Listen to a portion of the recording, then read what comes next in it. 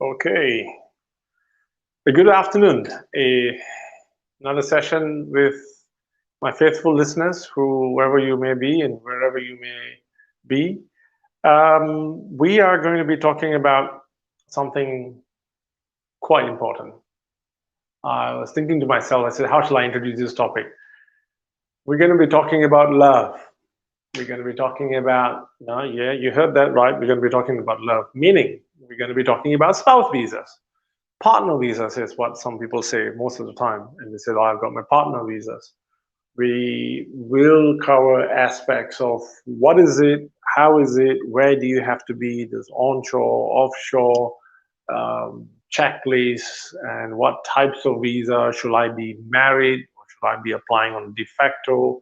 What are some of the things that the department looks at lately, if they were not before, and little things like that. So we couldn't pick a better day. It's been pretty rainy and gloomy in Perth, but there's still always time to talk about partner visas. Now let's go straight into that, because a lot of the times whenever someone asks a migration agent to talk about spouse applications or partner applications, I thought to myself, oh, shall I go into what's a 309 and 820 and then prospective spouse and all that? Some of you already know all of that. So today we're going to take a different angle. Today we're going to talk about those two visas as well, 309 and 820, what they are. And I'm also going to talk about how some of the applications that I've done lately, I've noticed, apparently, which is where I'm getting a lot of queries from existing clients as well as potential ones who say, oh, we want to launch this visa, but we understand the processing time is 22 months or 24 months, first stage. And what are holding them back perhaps from even launching this application. So I'm going to share with you a couple of things about why you should insist on actually applying a spouse application more than any other time and any other visa should you qualify for that. Okay. So sit back, buckle up. If you have a glass of wine or chocolates with you, then carry on. I just have my faithful water, which I'm going to do. Just going to split these visas into two. So 309 is an offshore application in two stages, one application, but two stages at a time. First stage is 22 months processing time. And then when they approve and everything else is okay, you get the 100, which is another 10 months sometimes. So all in all, about 3 years before you get the all-important visa. Now, standard processing time is the time I just gave you. Or you do a 820, which is an onshore application. And again, two applications or two stages, but one application, and you 24 months first stage, and then second one, when they say everything else is okay, then you proceed on. However, what's happened in the last excuse me, year and a half, and more particularly in the last maybe 10 months, I've noticed some of the applications that we've launched have bypassed these processing times. And that's what I want to talk about, where it's been within 6 to 8 months, both stages have been granted. That's brilliant. Even a 309 offshore has actually been granted.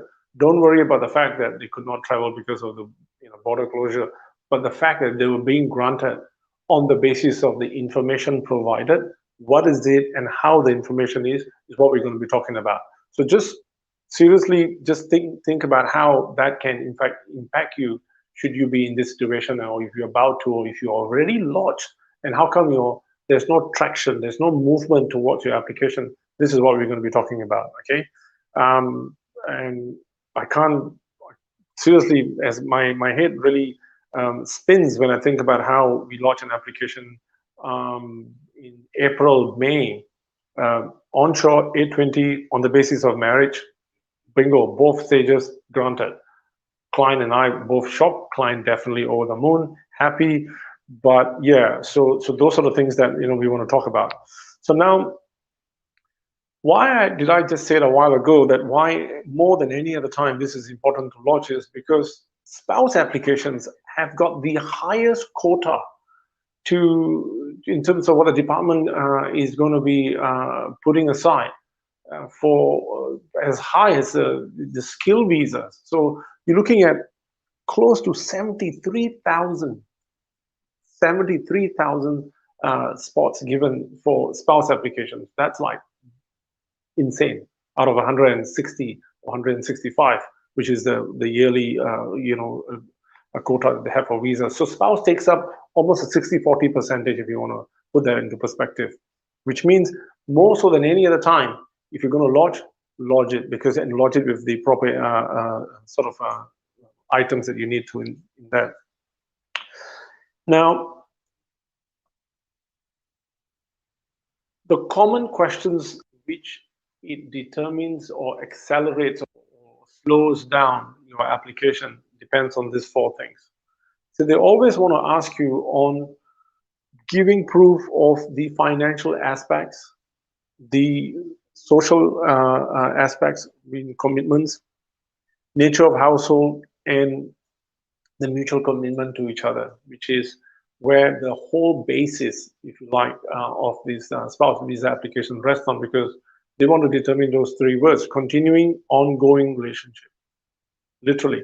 And those four things that I just mentioned are those things that hinges on the caseworker, sorry, case officer ability to say, right, this person has got everything in line, everything is ordered, decision ready application, and it will make a difference between getting 22 months, 24 months, as opposed to having a faster decision. And this is exactly what I'm talking about.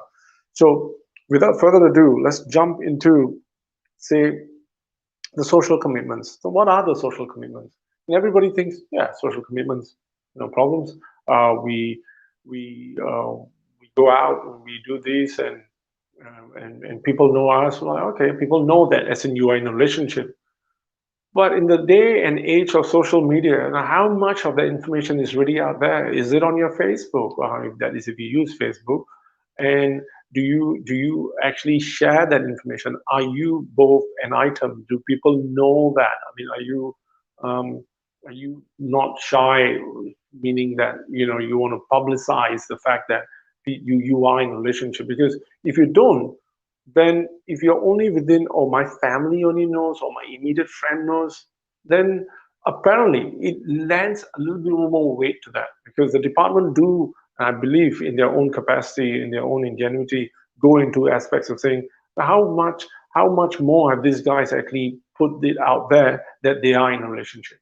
So social commitments really can draw a lot from that at the same time, because if you're saying that you've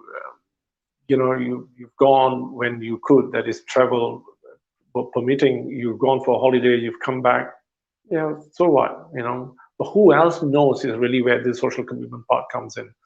Now, financial commitment, goodness me, isn't this one that always catches a lot of people? Financial commitment is really out there, right? If you are already, you know of your own parents, or your brothers and sisters, your cousins, or whoever they are, and your friends who are already in a relationship, guess what? They have a proper financial commitment at the same time, isn't it? And it's not about, oh, who's buying fish and chips on a Friday night before you sit down with a bottle of wine watching Netflix, However, it's the financial commitments of, do you have a car? Have you put something aside? Who's paying for the groceries, and who's paying for, I'm not talking about the division of labor, which is going to be the next thing, but who and where and how do you guys divide these financial commitments? If she's overseas, or not she or he, or could be either one of them. If either party is overseas, you are sending money, or you're contributing to some child, if you already have a child, that is, or whatever. So who is contributing what, and how is their contribution being captured, or being shared, or being demonstrated, is really what they want to see. So the financial commitment could be, you if you're renting, who's paying? How does that come through? You have a don't just say, oh, yes, we have a joint account. Yeah, so what? Everybody's got a joint account, so to speak. Don't just think of those common items that people seem to hang on to because they found a checklist from someone or somewhere that says, oh, I've got a checklist and it says you've got to open up a bank account. So what? You have a bank account with $500 that is dormant for a year and a half, means what? So financial commitments is that ongoing, genuine relationship. How is the transaction happen? Who is spending? Who is not? And they want to see that sort of stuff, right? So then it leads to the other point that I just mentioned: nature of household. Don't just say things like, "Oh, nature of household is I shop or she cooks and I wash." You can as well. You can mention all those things, but really. How is the whole household divided or set up? How is it functioning? What are the things that you guys actually do? Um, you could say if you have one car, say for example, and if you're sharing or your modes of transport, the nature of household is you guys go together, you drop and you come back, and you're doing things for the household. I'm just giving you examples at the same time.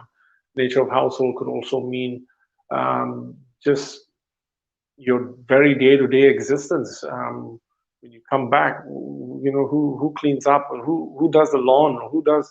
You'd be surprised when you put that, and to really make it different, surprise them by saying that one other party does the lawn and so forth. Be different is what I'm trying to say.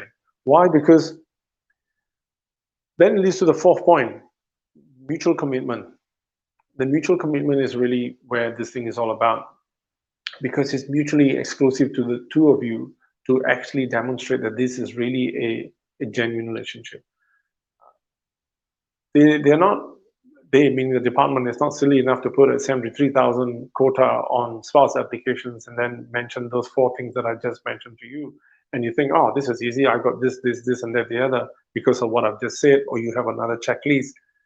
You really have to get into that. You really have to go and demonstrate that you have a mutually exclusive commitment to each other.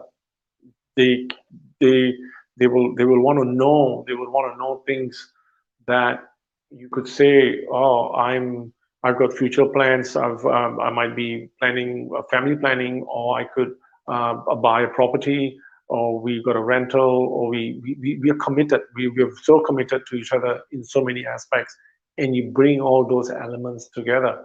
And when you do, then you have a winning formula. Now, if this hasn't frightened you already from being committed, because you think, oh man, that's a lot of commitment, so then be aware that this is what you need to do.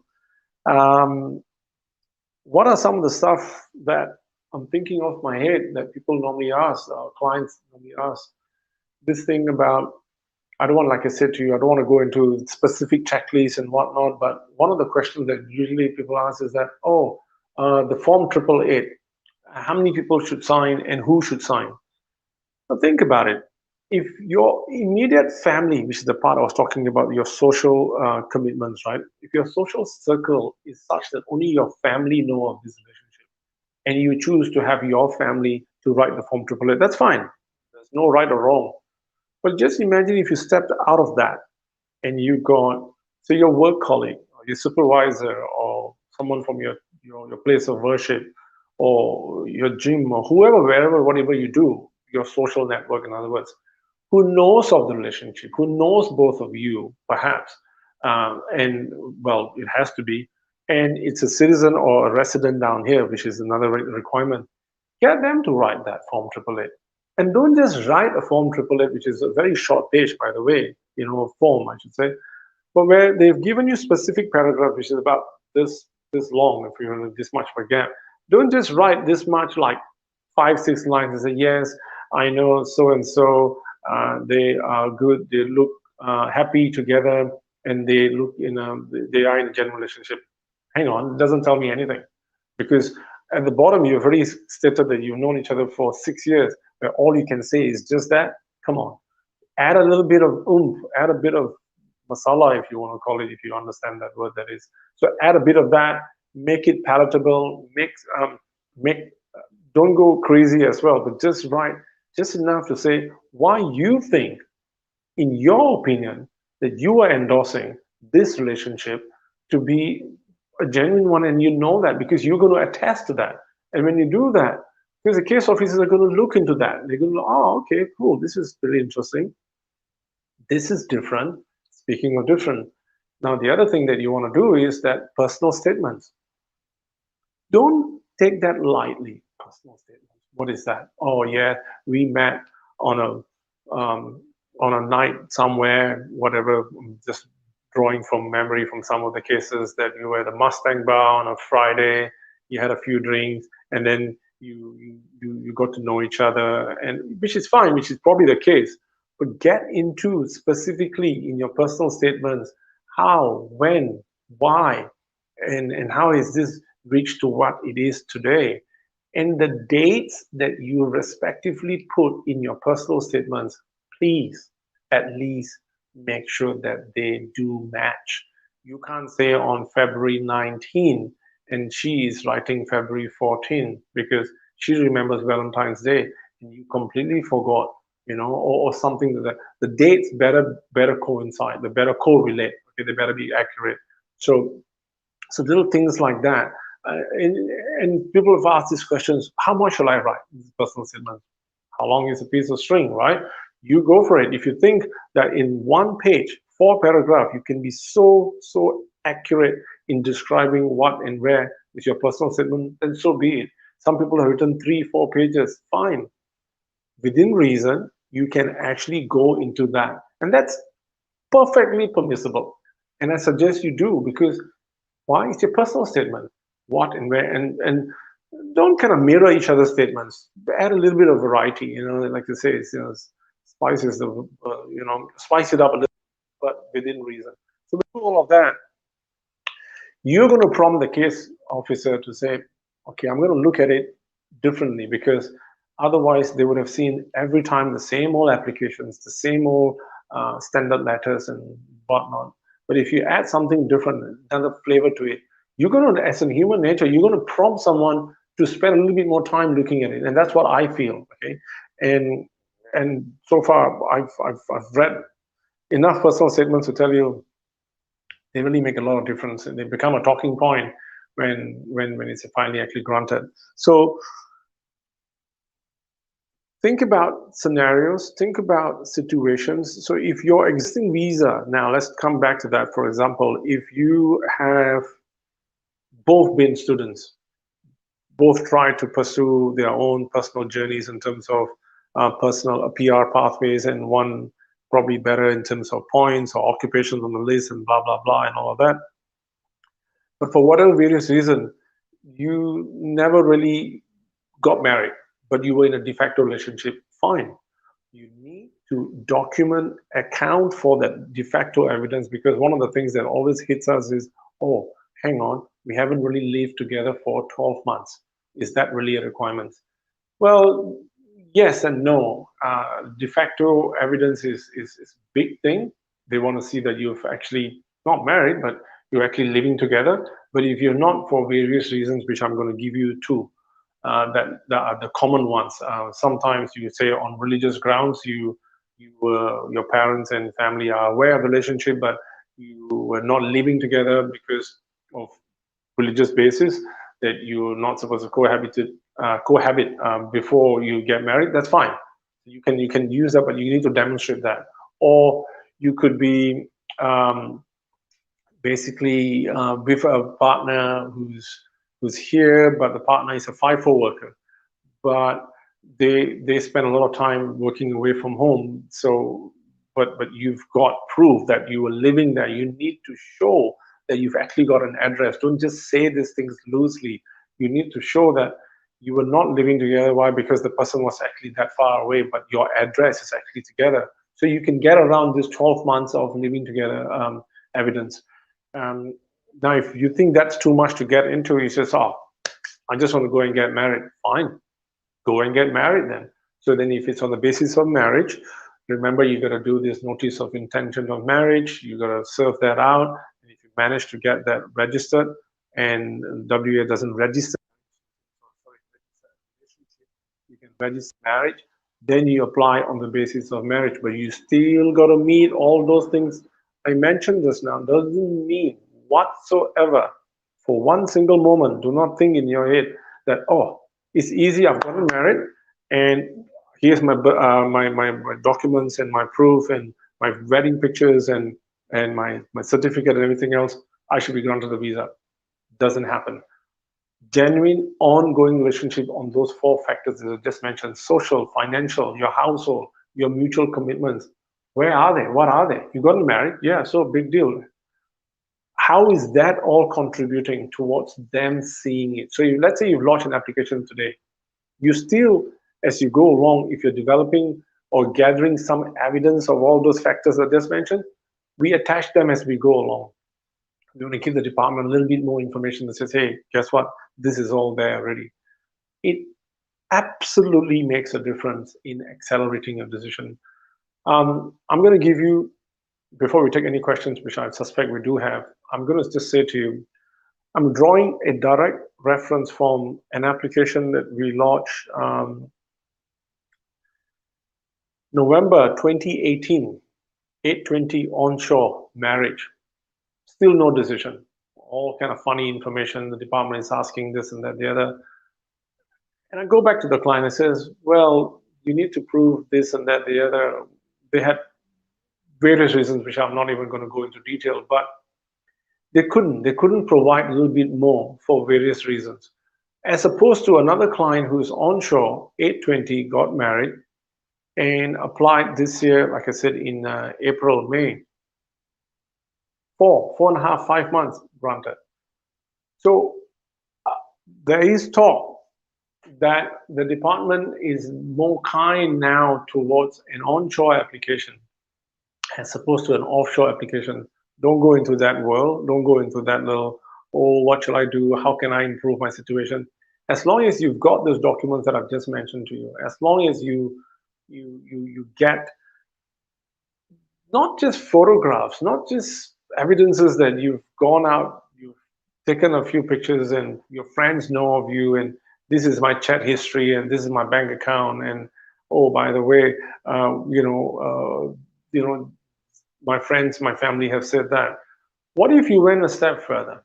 What if when you pay your own taxes here and you've actually claimed, this is if you're married, by the way, you're claiming that this is my spouse, you're officially claiming, and that's where the financial commitment comes in, isn't it? You know, you're talking about your nature of household. Whenever you're paying tax, you are declaring that the other party is existing in your relationship. The department, you win them over straight away. One simple thing. So if you're working, you got superannuation, you need to put your next of kin, you need to put who's going to get your will if you got enough money at the same time. Put that information out there. I get my clients to do that. They never think about such things. I don't mind telling you live. One of those little funny things that you can do to get your case that much better. Now, I'm going to have a sip of this water, and I suspect my colleague is going to probably jump into this conversation anytime soon to let me know what sort of maybe questions we have up until now. But there are only a couple questions here. Gino Shah is asking, do you provide 189, 190 visa advice in this session? Last I checked, it's a spouse partner visa consultations, well, not consultations, sort of a information session, if you want to call it. But if you wanted specifically something to do with 189 and one, more than happy to, you can feel a question to me offline. I think I'll keep it at that for now, and definitely can answer your questions on those things, on those ones. But right now, all those spouse applications, potential ones or queries that we have, which usually takes a while to get warmed up before they ask something, officially online, which might also be the case we've noticed from before. If you are listening or watching and you don't have a query right now, but if you have another pressing question that you want to ask offline, please feel free to do so. There's a question. This is when you mentioned that the quota for partner visa is very high. Yep. Someone is asking why are the spouse visa so high? Don't know. Absolutely don't know. Why? Why I don't know, as I'm telling you why I don't know, is because when they first came up with, their yearly quotas, previously, it could be 210 and 190 and 185. It's coming down, by the way, so I think it's 160 now for this financial year. They decide on quotas that they feel perhaps needs the department's attention, or perhaps they want to relax the rules to an extent, but I don't see them relaxing any rules. The only thing they've done is increase the quota and increase the fees. The fees is doubled right now for spouse applications. Probably someone somewhere would be sitting down there, in policy, doing the stats and saying a lot of applications, say in general skill migration, people are applying, they want to bring in their partners, and they just see that there is really a lot of people applying for those. So maybe they want to increase that. Could be a whole host of reasons. I'm just glad that it's there, but at the same time, whether it impacts general skill migration and refugee visas and family and parent, not for us to sort of debate over this medium. There are no other questions today, but I just wanted to quickly check with you. So at the moment, because of the hard border, yeah, if someone applies through offshore, is that still getting processed? Yes, they are, and we had a 309 application granted. So they've granted you. They are aware that the borders are closed. So when you are granted the visa, there is a do not arrive after your first initial entry stamp date is still there, and if borders permitting, then if you get the visa, which you already have, then once borders allow you, you just come in. And if the date goes past, that date still stays, the visa grant date still stays, but they will know, oh, you were granted this. They just don't reissue you another one should that date go across and the borders don't open, if that makes sense.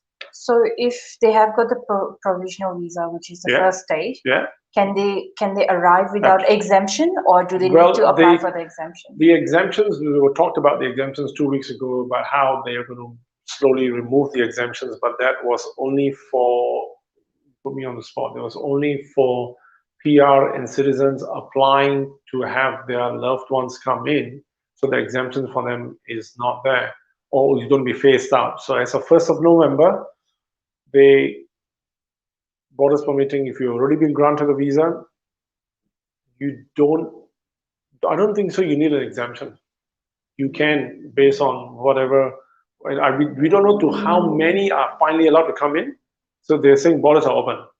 For which country? How? Phase 1, phase 2, what is going to happen to those things? Those are the things that is still not yet announced. All we know is everybody is getting excited. You get those questions and I get those questions at the same time. So can we apply now? Can we apply for a student visa? Can we apply for a visitor visa?